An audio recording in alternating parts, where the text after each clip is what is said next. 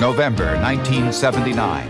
Fanatical supporters of Iran's new leader, the Ayatollah Khomeini, storm the U.S. Embassy in Tehran and take everyone they find there hostage. American citizens, soldiers, and diplomats, bound, blindfolded, paraded before the world.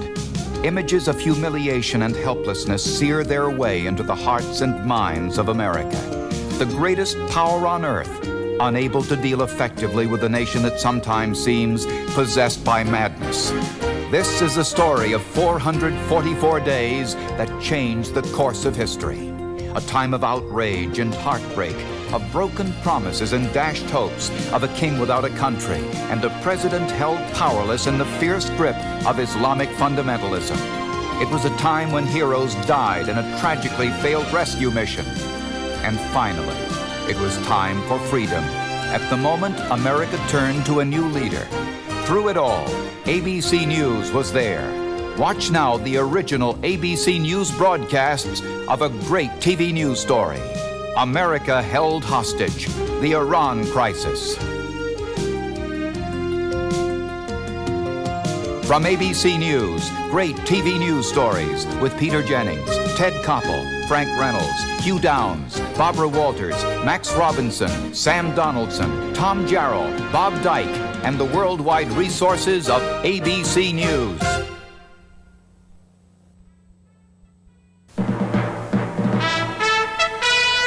From ABC in New York, this is World News Tonight, Sunday, with Sam Donaldson. Good evening. The U.S. Embassy in Tehran has been invaded and occupied by Iranian students. The Americans inside have been taken prisoner, and according to a student spokesman, will be held as hostages until the deposed Shah is returned from the United States, where he's receiving medical treatment for cancer. Some reports say as many as 90 Americans may be involved. Others say as few as 35. A look at what has happened in Tehran, as narrated by Richard Anderson. The American hostages were blindfolded, handcuffed, and marched out on the U.S. Embassy's front steps by the revolutionary students. The Iranians had fought U.S. Marine guards for 3 hours for control of the embassy. The Marines used tear gas, but were eventually overrun at 5 o'clock this morning, New York time, as Revolutionary Guards and local police stood by and watched. While the Iranians burned an American flag in front of the embassy, they said the takeover had the express blessing of the Ayatollah Khomeini. In return for their American hostages' freedom, they're demanding the United States give up the deposed Shah of Iran from his hospital bed in New York to stand trial before a people's court. Until that is done, the demonstrators refuse to make any promises about the fate of the American hostages. Immediately after the takeover, the crowd put up pictures of the Ayatollah and a banner identifying themselves as Khomeini followers. Iranian women wearing the traditional black chadors could be seen inside the compound gate. Outside, newsmen and women waited for any information. But one fact is clear tonight, that for the second time in a year, Khomeini demonstrators in Tehran have overrun the American embassy and now appear in control of as many as 90 American lives. Richard Anderson, ABC News. The action against the embassy may or may not have been ordered by Iran's religious leader, the Ayatollah Khomeini. That is not clear, but it does appear to have his blessing. A spokesman in the holy city of Qom said the move has the Ayatollah's personal support, which adds to Washington's difficulty in trying to resolve this dangerous situation. Ted Koppel, our diplomatic correspondent, is standing by at the State Department with the latest on that. Ted? The State Department is doing what it can, but for the moment at least, that doesn't appear to be much. There has been no direct contact with the U.S. Embassy in Tehran. That building is under the total control of the demonstrators. During the takeover, by coincidence, the senior American diplomat in Iran, Bruce Langan, the charge d'affaires, was at the foreign ministry. He has remained there throughout the day, acting as Washington's main link to the Iranian government. The State Department has set up a special task force in a small room next to the operations center. The force is headed by Assistant Secretary of State Harold Saunders. But Secretary of State Vance himself came in this morning, stayed until early afternoon, and twice briefed President Carter, who's up at Camp David, by phone. So far, official comments about the incident have been a model of restraint, an expression of concern for the safety of American personnel and property, and a statement of appreciation that the Iranian government has made some efforts to resolve the matter. Sam? Ted, the Ayatollah's support for this action is ominous, is it not? Well, it may or may not be ominous. The State Department is making a particular point to distinguish the Ayatollah Khomeini from the Iranian government. That's why it's being so restrained in its direct references to the government. It seems to me this is another situation where a lot of people's first instinct might be to use military force, but apparently Washington is not going to do that. Well, first of all, it probably wouldn't work, Sam, and secondly, in one word, oil. Washington is tremendously concerned about Iran's oil supplies and our need for them, and of course concerned about the safety of those Americans still at the embassy. About 500 Iranian youths continue to occupy the embassy compound here in Tehran, while close to 2,000 supporters outside the gates rallied in support of the takeover. There was no sign of any of the hostages. We understand they are being kept inside one of these buildings, but we were not told which building. We were told the captive Americans are being treated well, but their needs are being looked after. We were also told that they are being interrogated and that some of them will be brought before newsmen when their interrogation is finished. That may be tomorrow or later this week. At a news conference inside the compound, we were shown photographs taken yesterday of U.S. Marine Guards at the embassy after they were taken prisoner and blindfolded by their captors. Members of the Student Occupation Committee also displayed some weapons they say they seized during the takeover.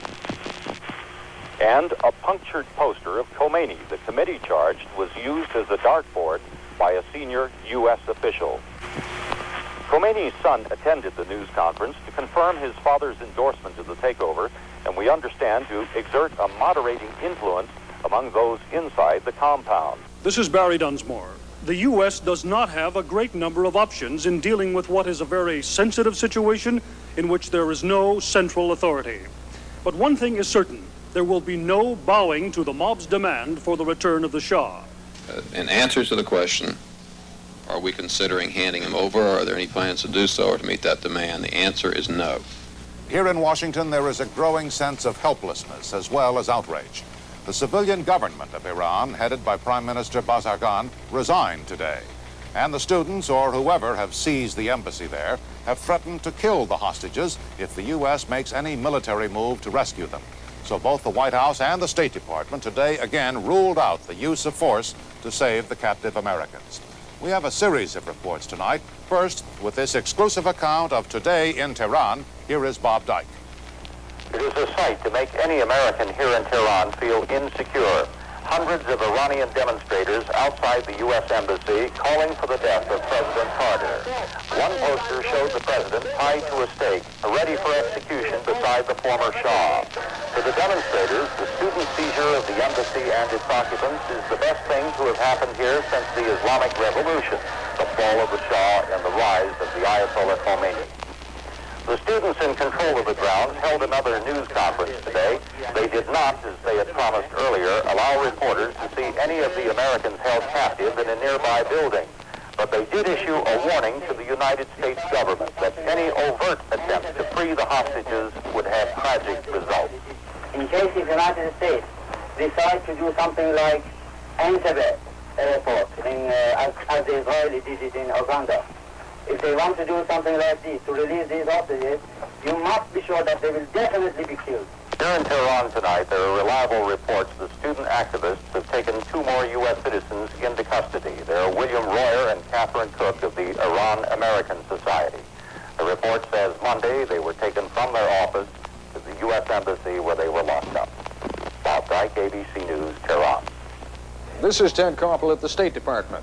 Since this crisis began, the U.S. government hasn't had a great deal of leverage in Iran. Now it has even less. The only officials left at the Foreign Ministry in Tehran are second-rank functionaries who themselves don't know how much authority they have. State Department spokesman Harding Carter summed up the dilemma of negotiating with what is almost a phantom government. We continue to contact whatever officials are available to discuss the matter with them. We are clearly in a changing situation, and which we simply must await now. The accession to power of whatever group represents the Revolutionary Council, whoever it is that's going to run the place. Look at this. One American, blindfolded, handcuffed. Today, in the courtyard of the American Embassy in Tehran, he and 60-some others still held hostage and threatened in a country gone out of control. The pictures exclusive, as are so many more in this broadcast. This is an ABC News special. The Iran crisis. America held hostage. From Washington, correspondent Frank Reynolds. Good evening. The special report that we planned to bring you tonight was about domestic politics, the battle among the Democrats. But we think the crisis in Iran is more urgent right now than the campaign here at home. Some 60 Americans, including our fellow citizen whom you just saw bound and blindfolded, are now beginning their 6th day of captivity inside the U.S. Embassy in Tehran. It's Friday morning there now, but throughout this night in Washington, officials will continue their search for some way to negotiate the hostages' freedom. That search was not successful today. In this broadcast, we'll have reports on the diplomatic efforts to resolve the problem and on other aspects of the crisis as well. But we begin now with an on-the-scene account by the one American television correspondent who has been there since the beginning, the seizure of the embassy last Sunday, and who, with his crew, has provided us with outstanding coverage all this week. Here is Bob Dyke in Tehran. This picture tells it all. This flag was apparently taken from someone's office inside the United States Embassy. It was burned Tuesday evening outside the embassy's gates. To the Iranian demonstrators who set fire to it, this was a symbol of victory. This morning, for the first time since the hostages were put under lock and key, one of the captives, blindfolded, was brought out into the open. He is Harry Rosen, the embassy's press attaché. He was turned to face reporters and cameramen and several hundred Iranian demonstrators outside the embassy's gates. "Yankee, go home," they cried, but they made no attempt to harm him. Eventually, he was led back to join the other captives who have been kept out of sight. The United States is in this fix because the former Shah of Iran is suffering from cancer and is receiving needed treatment in this country. But that explanation, that justification for his presence here is not accepted by the Iranians, who have always suspected the United States was the Shah's ultimate destination. Here's a report from Barry Dunsmore. February.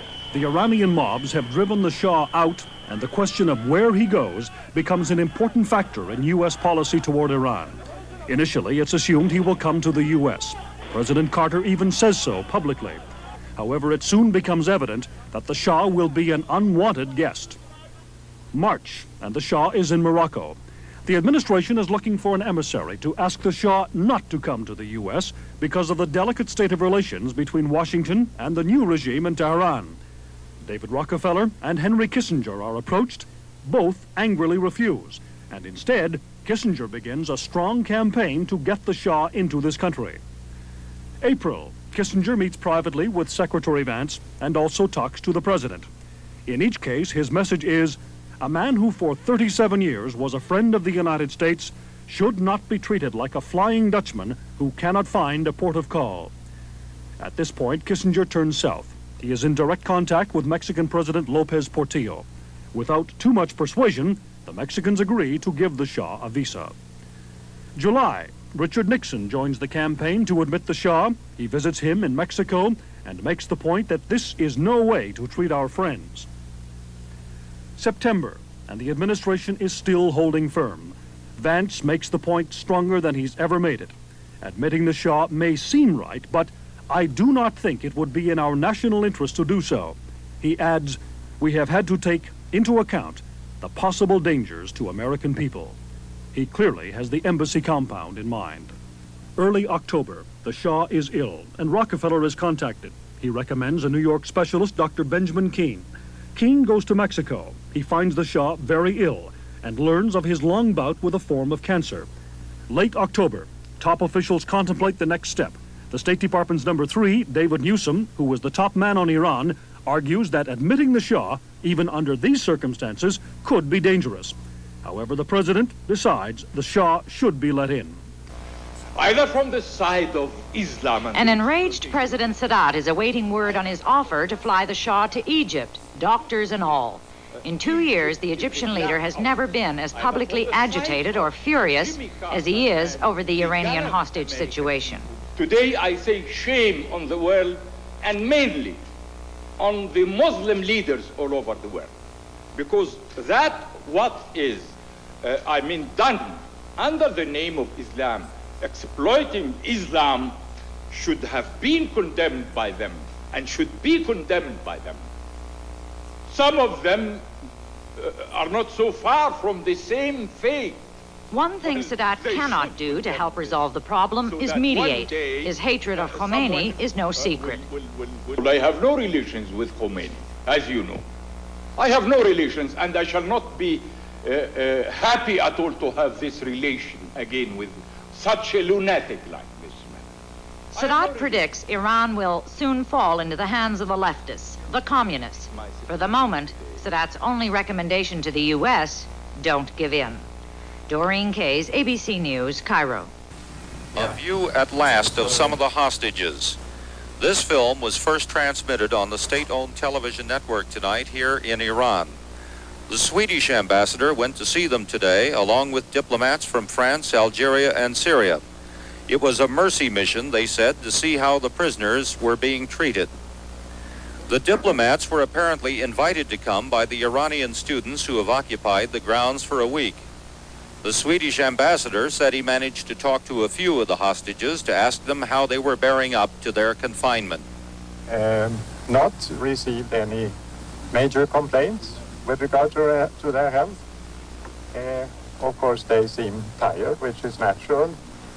But our impression is that their health conditions are generally good.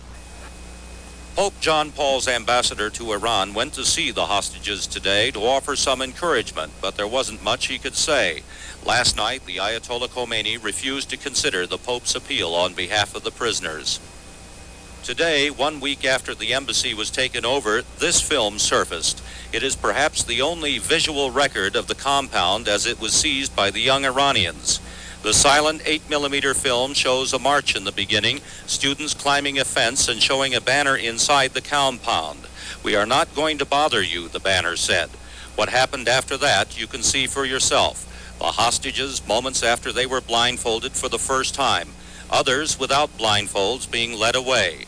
There are no signs on this film of resistance by the embassy staff, and no one appears to be armed. Bob Dyke, ABC News, Tehran.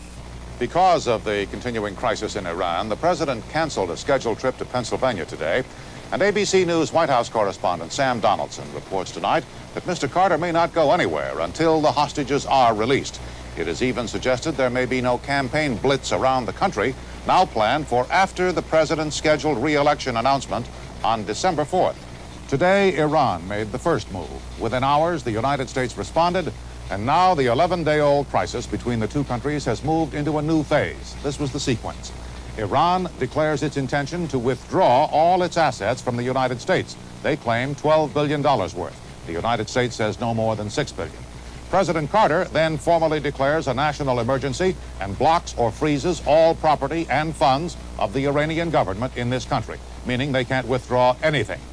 And in still another counter move, the Secretary of State rushes to New York to try to block Iran's demand for a meeting of the UN Security Council, an action virtually unprecedented for this country to take. But then, it is also unprecedented for diplomats and embassy employees to be held hostage in and by the country that is supposed to be their host. ABC News diplomatic correspondent Barry Dunsmore has obtained portions of a psychological profile of the Ayatollah compiled by American intelligence agencies. Here is his exclusive report.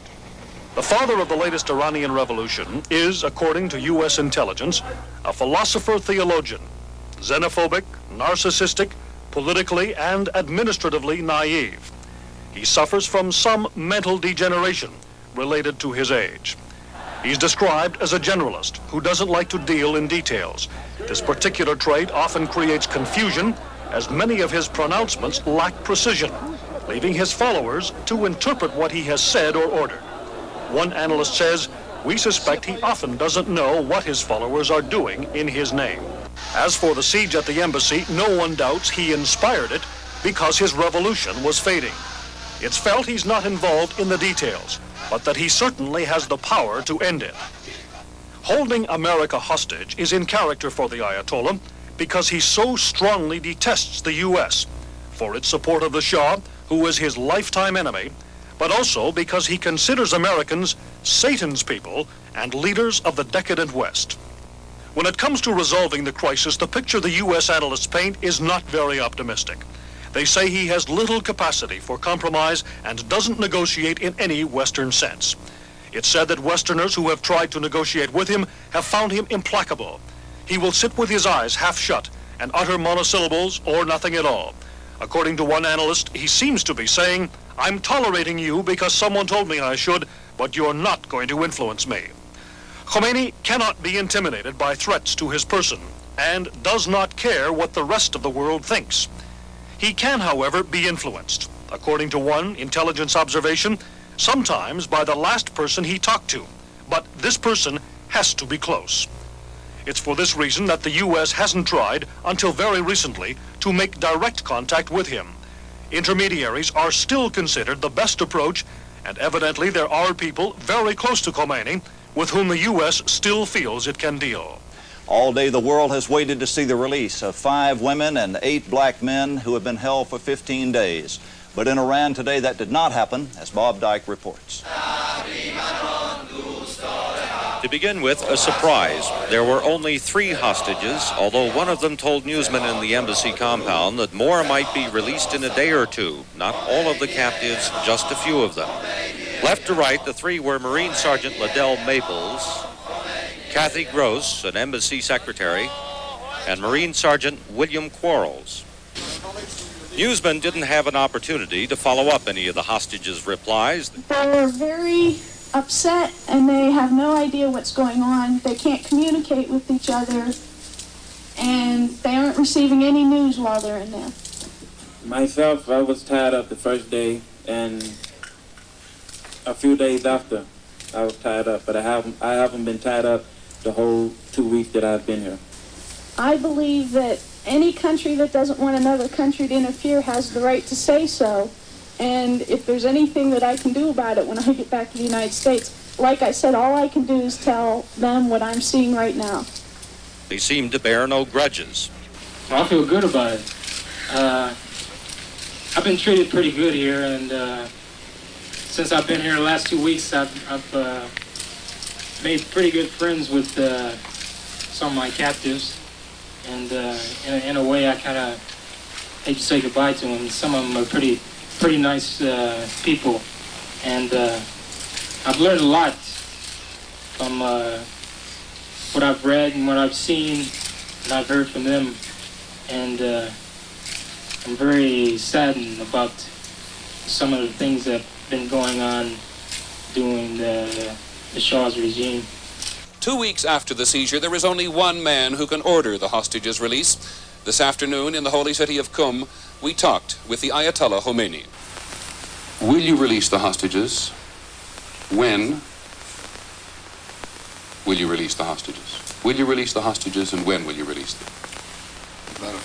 These days, international regulations indicates that the spies be in the place of the diplomats, in the name of diplomats, in the name of Kardar and the rest, the council.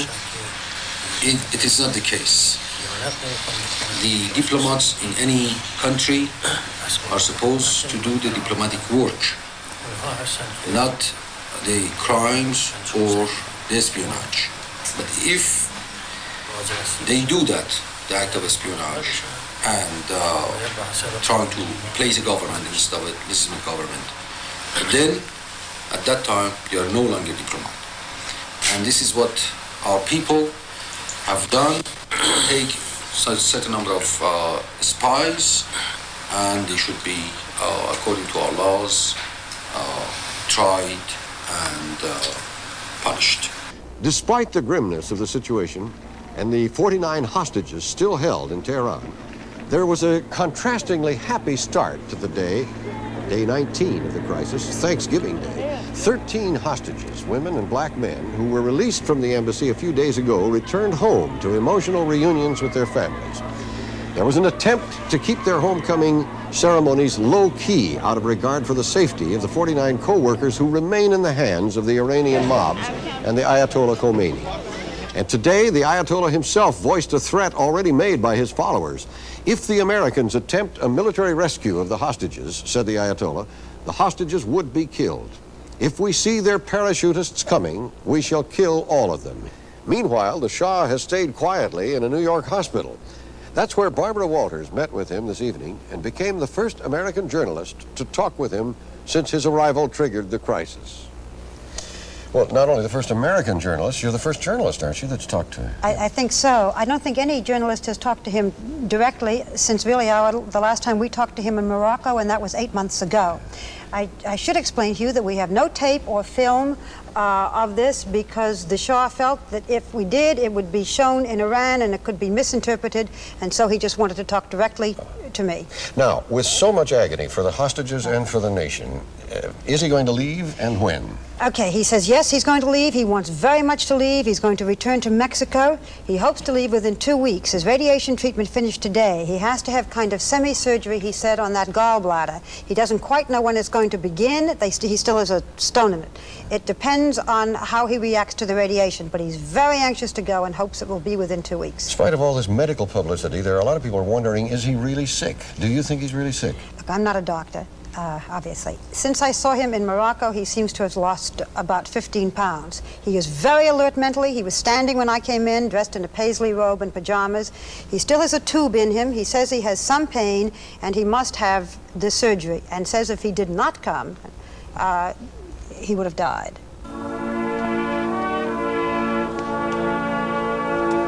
By nightfall, the country's, if not the world's, attention was directed to the lighting of the national Christmas tree on the ellipse below the White House. But when President Carter's daughter Amy threw the switch, not all the lights came on. There was, said the president, a reason. Around the periphery of this crowd, there are 50 small Christmas trees. One for each American hostage. And on the top of the great Christmas tree is a star of hope. We will turn on the other lights on the tree when the American hostages come home. For more than 2 weeks now, ever since Mexico refused to readmit the Shah of Iran, the U.S. government has been involved in what officials here in Washington describe as a full-court press to find the Shah a new home. Well, they did. This morning, the Shah, his wife, his personal doctor, and 5 aides left Lackland Air Force Base on a flight to Panama. For the weekend, at least, the Shah's official party will remain on the island of Contadora. It was hours before any reaction came here in Iran to the departure of the Shah from the United States. When it came from the students holding the embassy. The trial of the hostages, they said, is now firm. They were quoted on government radio here as saying, that's the minimum we can do. It was late and rainy, with only a small crowd outside the gate when the word about the former Shah reached the embassy. By telephone, we reached one of the young militants inside, who repeated the threat to try the hostages. They will be tried for what? For the spying. How many of them? All of them, I think that all of them are spies. All of the hostages you hold are spies? Yes. As for the families of the American hostages on this Christmas Day, they received a message from President Carter praising their steadfastness and support as an inspiration to all of us, and concluding, the rightness of our position and the strength of our determination assures that we will prevail. For some of the hostage families, there was a brief glimpse of their loved ones in photographs of today's events released by the militants who hold them. Marine Sergeant Kevin Hermaning of Oak Creek, Wisconsin, was one of the hostages who was seen in these photographs today. His mother, Mrs. Barbara Tim, was in a Christmas gathering with the rest of her family when she saw the pictures. Seeing his picture has been our Christmas gift. The circumstances of it, of course, is certainly very bitter. obviously they are using all their propaganda and sending things out just the way they want it to be sent out. But at least we can see with our own eyes that he is okay. 1 week ago tonight, the hostages were permitted Christmas Eve services. The Iranians took all the pictures, all the television film, finally made it available to the American networks today, without conditions. The pictures are not very good, really, not very clear, but at least we can see the faces of some of the hostages, and here in the background, a Christmas carol played by one of the visiting clergymen.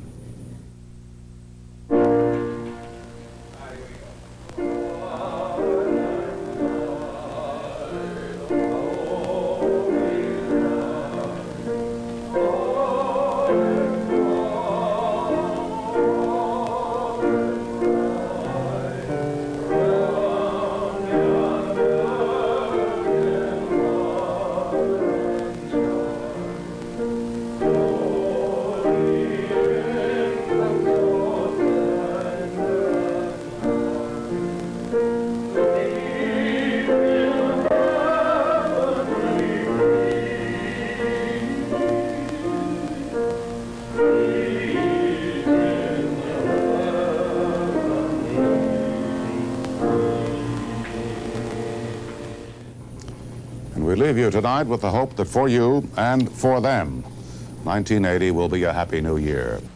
As of now, and it is past midnight in Iran, American journalists are no longer permitted to report the news. The Iranian ban, leading to the expulsion of all American news organizations, has gone into effect. Most journalists are expected out of the capital city by the weekend. Just before the ban, I talked to ABC's Bob Dyke in Tehran. Have Iranian authorities, Bob, given up the idea of trying to communicate with the American public?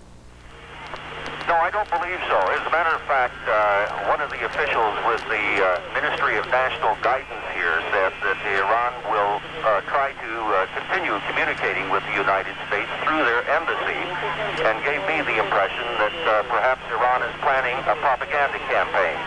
Do you think we'll be allowed back in, or do you regard this as a permanent expulsion? We've all but been assured by a spokesman at the Ministry of National Guidance here that American newsmen will be allowed to return to Iran someday. For the next 3 months, America pursues diplomatic solutions to the hostage crisis. A stalemate develops in February when the Ayatollah Khomeini overrules all negotiations and declares that the Iranian parliament must decide the hostages' fate. Elections are in progress in Iran. A new parliament will not be installed for weeks. At home, the president's popularity declines. Frustration turns to anger as the hostage crisis enters its 5th month. The crisis deepens when America imposes new economic sanctions and breaks all diplomatic relations with Iran. But the world is unprepared for what happens next. The day is April 25th, 1980, day 174 of the Iran crisis. Let me just tell you quickly that this is the hour when Good Morning America would normally begin. However, as those who've been watching so far this morning already know, there has been this startling new development in the Iran hostage crisis. That U.S. attempt to launch a military rescue of the American hostages in Tehran has been, as you have now heard several times, aborted. 8 U.S. servicemen killed in the process. First word came from administration officials just after midnight, and we are now waiting for President Carter himself to address the nation. During the night, there have been no further statements from the White House beyond the one that we just read to you. So let's now go to the President of the United States.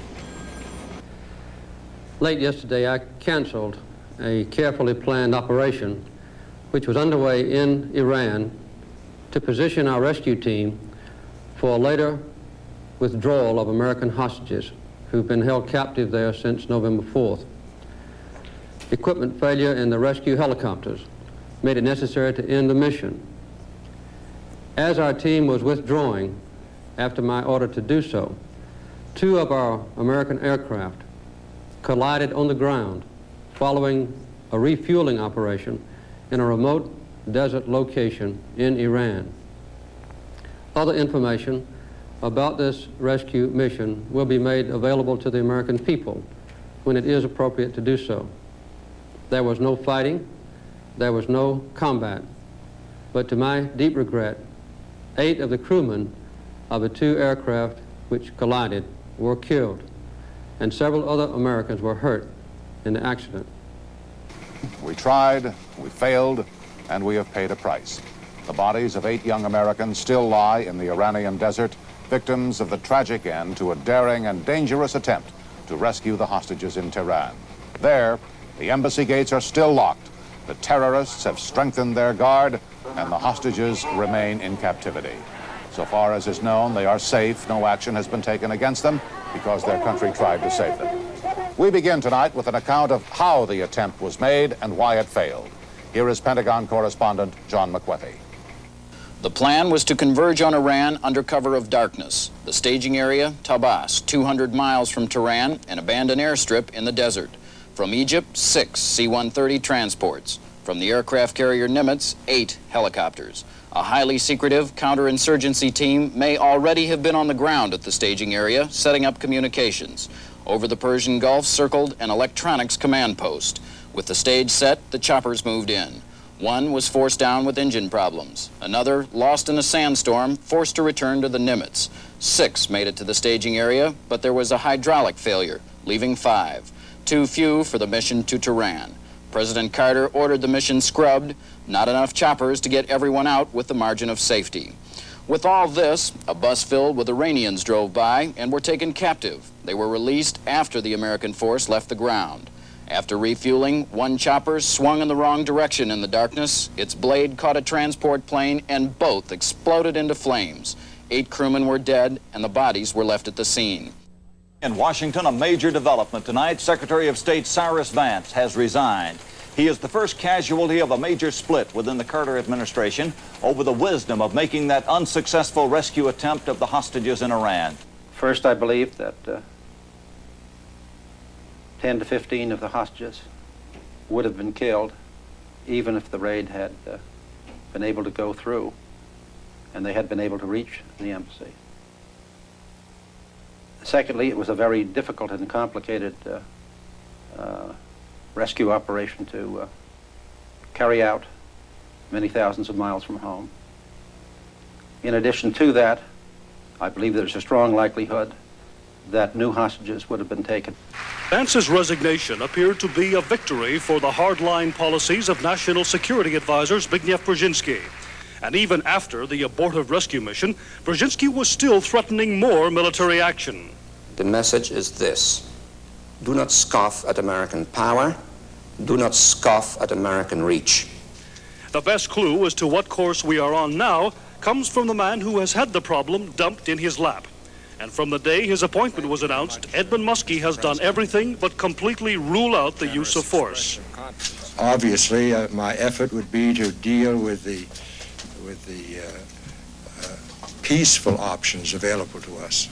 On his first overseas mission, Muskie talked about reducing the visibility of Iran without reducing our efforts.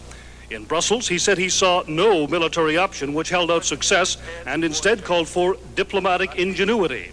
This was a theme which he repeated at his first Washington news conference. It seems to me that an aggressive pursuit of the diplomatic option is called for at this point. A few of his old friends are mourning his death, and many of his countrymen seem to be rejoicing in it. But here in the United States, the death of the former Shah of Iran in an Egyptian hospital today is being discussed mainly in terms of how it may affect the Iranian hostage crisis. The Shah's last residence in a year-and-a-half-long exile was Egypt, and much of his time since he arrived there last March had been spent in a military hospital on the outskirts of Cairo. There he had undergone a number of operations and treatments designed to arrest the cancer which was spreading through his body. The end came at mid-morning in Cairo. Doreen Kays says the exact cause of death is still unclear. The former Shah's Egyptian and French doctors have not yet released official details on the exact cause of death. Some medical sources say it was sudden hemorrhaging of an abscess in his pancreas. Others claim it was an infection in the lungs and other complications that caused death. At his bedside, when the ex-monarch died, the former empress, his 4 children, other family members, French and Egyptian doctors, and one of his American spokesmen, Mark Morse, who claims the deposed leader was lucid and alert almost to the end. Morse says the former Shah sensed death was near. And Morse, who helped him complete his memoirs 3 days ago, claims he did not die a bitter man. He was bitter then? Not bitter. He's never been bitter. He's never had a bitter word to say about anyone throughout this year and a half that I've spent with him, which I think is remarkable. The Shah's death has little impact in Iran. Despite continuing threats, the hostages, now held captive nearly 9 months, are never brought to trial, nor are they freed. Throughout the crisis, sporadic secret negotiations have taken place, but now even these back-channel talks are stalled. Iran is now consumed with internal political battles, while America turns its attention to the 1980 presidential campaign. The hostage crisis falls off the front page. Finally, in September 1980, the new Iranian government is in place and the Ayatollah Khomeini is ready to deal. The day is September 12, 1980, day 314 of the Iran crisis. Day 314 of the hostage crisis in Iran, and there has been a new and potentially significant development. The Ayatollah Khomeini himself has now declared his terms for releasing the 52 Americans. He did not mention putting them on trial, nor did he demand an apology from this country. Khomeini listed 4 conditions the U.S. must meet. First, return the late Shah's wealth. Second, release Iranian government funds now frozen in this country. Third, cancel any claims against Iran. And fourth, guarantee no political or military intervention in Iran. A spokesman for the Ayatollah said his message amounts to a kind of amnesty for the hostages. For the reaction of the United States, here is diplomatic correspondent Barry Dunsmore. Khomeini's latest speech is considered by U.S. officials to be a positive sign. The U.S. could move to unfreeze most of the $8 billion in Iranian assets currently being held, though there are some serious legal problems. Secretary Muskie has in effect already committed the U.S. on paper to non-interference in Iran's affairs. As for the Shah's assets, that's somewhat more difficult because what and where they are is uncertain. The American government doesn't have them. However, as recently as last week, the U.S. repeated its position that Iranians should make their claims through U.S. courts. In addition, there are 2 important points Khomeini did not make. He said nothing about trials for the hostages, and he made no demands for an American apology. From this point forward, President Carter and his team work feverishly to come to terms with Khomeini, but progress is slow. On November 4th, a day that marks 1 full year of captivity for the hostages, Ronald Reagan is elected President of the United States. At year's end, the hostages are still in Iran. Impasse, stalemate, deadlock.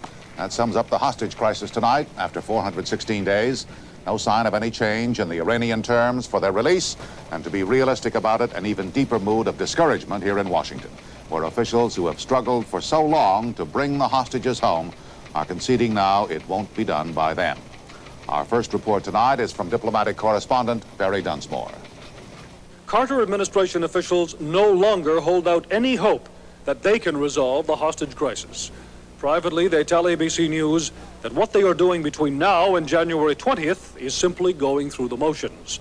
Spokesman John Trotner put it this way. It's problematical that the hostages can be released before the end of this administration. You can look at the calendar, as I say, and draw some conclusions from it. These are the obvious conclusions. Of the $24 billion Iran is demanding, President Carter can free up about $4 billion of Iran's assets in this country. But he can't and won't pay a $20 billion ransom. Unless there are trials, the U.S. won't use military force. And in the brief time remaining, there is no reasonable chance that a deal can suddenly be made. One more note on Iran. At the request of the hostage families, the national Christmas tree here in Washington, dark for the 2nd year in a row now, except for the Star of Hope at the top, will be completely lighted tomorrow night at 10 p.m. Eastern Time for exactly 417 seconds, 1 second for each day of captivity. The families also hope that all Americans will flash a light or hold a candle outdoors at the same hour for the same length of time. It was not what Dottie Moorfield and her family really wanted for Christmas. It was what they settled for. A glimpse of her husband in television pictures from Tehran. With her son Dan and daughter Betsy, she rose at dawn to watch news coverage of the hostages' Christmas ceremony.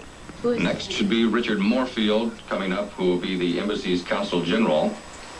This is Mr. Richard Moorfield right now. To his family, Moorfield looked well. Thinner, they said, but not as gaunt as at Easter. the last time they saw him on television. It's reassuring to see him. It's good to know that he's well, that he's all right. But there's an anger also that he's still there. Almost as soon as the pictures aired, there were calls from friends who wanted to share the good news. It's reassuring to know that he does look well. The Moorfield house is filled with gifts and Christmas messages of encouragement. Mrs. Moorfield says the concern from all over the country makes the waiting more bearable. It would have been impossible to get through without the support we've received. And certainly, I wish them all a Merry Christmas. Well, 36 families waited in vain today to get a glimpse of their hostage relatives. Toni Sickman, mother of Marine Sergeant Rodney Sickman, said release of the films was used, quote, to butter us up. Said Mrs. Sickman, whose son did not appear on the films, I'm just mad at everything and everybody. I'm tired of it. Good evening. It's done. On this 442nd day of captivity for the American hostages in Iran, an agreement to free them appears to have been reached. That's the word tonight from 3 countries, although only one, Iran, has said it publicly. And of course, the hostages have not yet been freed. Pars, the official Iranian news agency, announced an agreement some hours ago. And Iran's chief negotiator, Behzad Nabavi, has said the United States has sent word that it will sign it. But there is no official announcement yet from Washington. The president returned from Camp David earlier than expected this afternoon, prepared to sign a variety of documents necessary to implement financial aspects of the agreement. The advisors he asked to meet his helicopter gave a hint as to the complexity. Accompanying him into the Oval Office were the Vice President, the Secretaries of State and Treasury, the Director of the CIA, and half a dozen others. That meeting has now been going on for more than 5 hours, and officials are hoping it will be the final conference on the hostages. After 442 days of captivity, it all comes down to money. A year before, America had frozen $8 billion of Iranian assets. Those assets are the basis for the deal to free the hostages. In what may be the largest financial transfer in history, all $8 billion are to be transferred to the Bank of England. 1.4 of those billions are to be held in escrow against possible claims by U.S. banks. 3.7 billion are to be returned to the U.S. in payment of existing bank loans. Iran takes home surprisingly little, $2.9 billion. On January 19th, day 443, President Carter announces the deal to the nation. We have now reached an agreement with Iran which will result, I believe, in the freedom of our American hostages. But Iran is not done with Jimmy Carter. Last-minute delays keep President Carter working until the last moment of his presidency. ABC News brings the nation inside the Oval Office to witness the final critical hours of the Iran crisis. Carter Press Secretary Jody Powell narrates this excerpt from the award-winning ABC News broadcast, America Held Hostage, The Secret Negotiations. At this point, the president had last been to sleep about midnight, not that night, but the night before, Sunday night. So he had been up virtually since Sunday morning with only about an hour's rest. And all we really need to do at this point, we think, is to get the money, the frozen Iranian assets into an escrow account, get that agreement signed, have it certified, and notification go to the Iranian government. Then the hostages should leave. All right. Hello, I just wonder if you had any report to give me. Nothing concerning the airport? The red telephone is a secure telephone. This is one of dozens of conversations that the president and others from the Oval Office had with our intelligence agencies over the course of the 24 to 48 hours before the release to keep constantly informed on any information they had that might be important to the situation. Right on, man. That's great. That's great. Okay, now, the next step then. Now, the bank, okay, so the Bank of England has certified the depository? It's now shortly before 7 o'clock. And the President has just been notified by the Secretary of the Treasury, William Miller, that the United States has completed the process of transferring the appropriate amount of the frozen Iranian assets into the escrow account at the Bank of England. The money's in the bank. Our action is complete. Iran's being notified through Algeria that the money's there. That's all you need to tell them. He thought, we all thought, that certification process, which basically did not involve any action on the part of the United States government at all, would take something in the neighborhood of 15, perhaps 30 minutes. As it turned out, that became almost an hour and a half. It would help. Good deal. Thank you. Cyrus? Good to have you over. Thanks, sir. Secretary Vance, of course, has been part of the plans since for months. His role being to leave as soon as we know that they're going to be that they're on their way back, to try to meet them when they get off the plane. You and I are probably the only two people that all the hostages would recognize. I think so. They wouldn't recognize Dave or might recognize Chris back down. I think it'd be nice if you would let agree to All right. if you don't have I'll any do that. objection. Then you can plan on coming back with me. Fine, that'd be wonderful. That's great. Various ways that a briefing of the President can be interrupted. That's one of the more unusual, but I'm sure one of the more pleasant for him. Your cameraman happens to apparently has sources of information that the United States government does not, because he turns and focuses on the clock at almost a precise moment that the Algerian government is delivering that certification to the government of Iran. We, of course, don't know that, and it's about 10 minutes before we get word that has taken place. That picture, I think, comes as close to summing up the last few days of this administration as any I've seen. The President on the telephone, on the secure phone, and the First Lady waiting expectantly to see what next. By this time, Jerry Rafshoon and other friends of the President that have been with him for a long time have begun to gather, some of them in the Oval Office, some of them outside in the anteroom. It's very obvious to all of us that very shortly the President will have to leave the Oval Office for the last time to go over to welcome the President-elect and the new First Lady to the White House. And that it's very unlikely at this point that he will have the opportunity, which we've worked for so long, to walk out and announce to the country that our people are on their way back. The President leaves the Oval Office for the last time shortly after 10:20 to walk across to the diplomatic reception area to receive Governor and Mrs. Reagan. At that point, he's not had a chance to change into his morning coat. He has had a chance to get his hair cut at the First Lady's request. And after they come in and are seated, he has to excuse himself briefly to change into the inaugural attire. We have a report.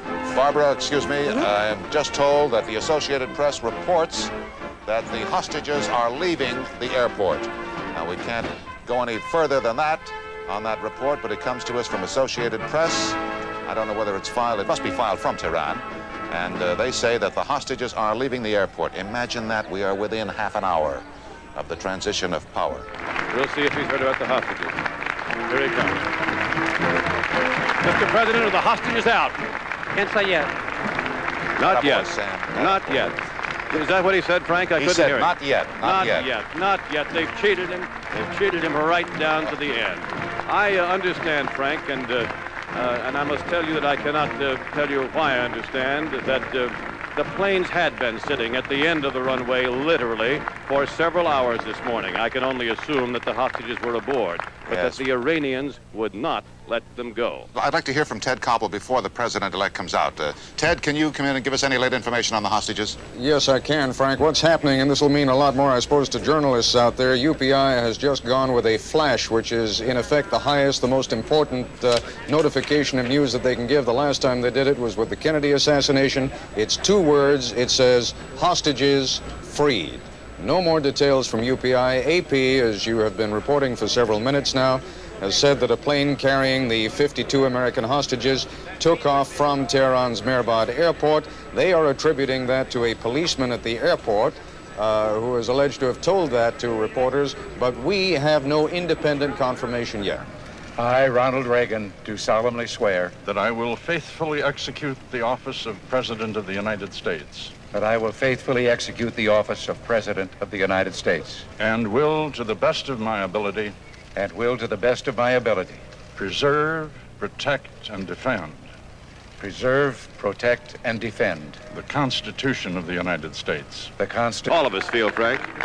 Thank you, Sam. Thank you very much. That certainly was welcome news to him.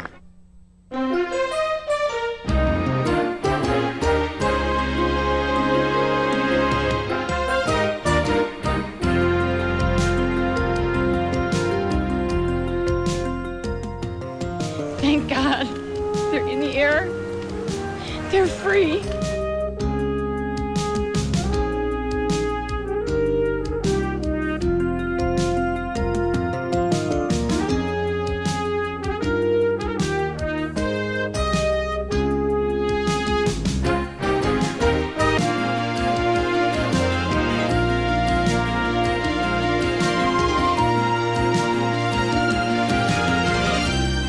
I'm so glad to see you alive.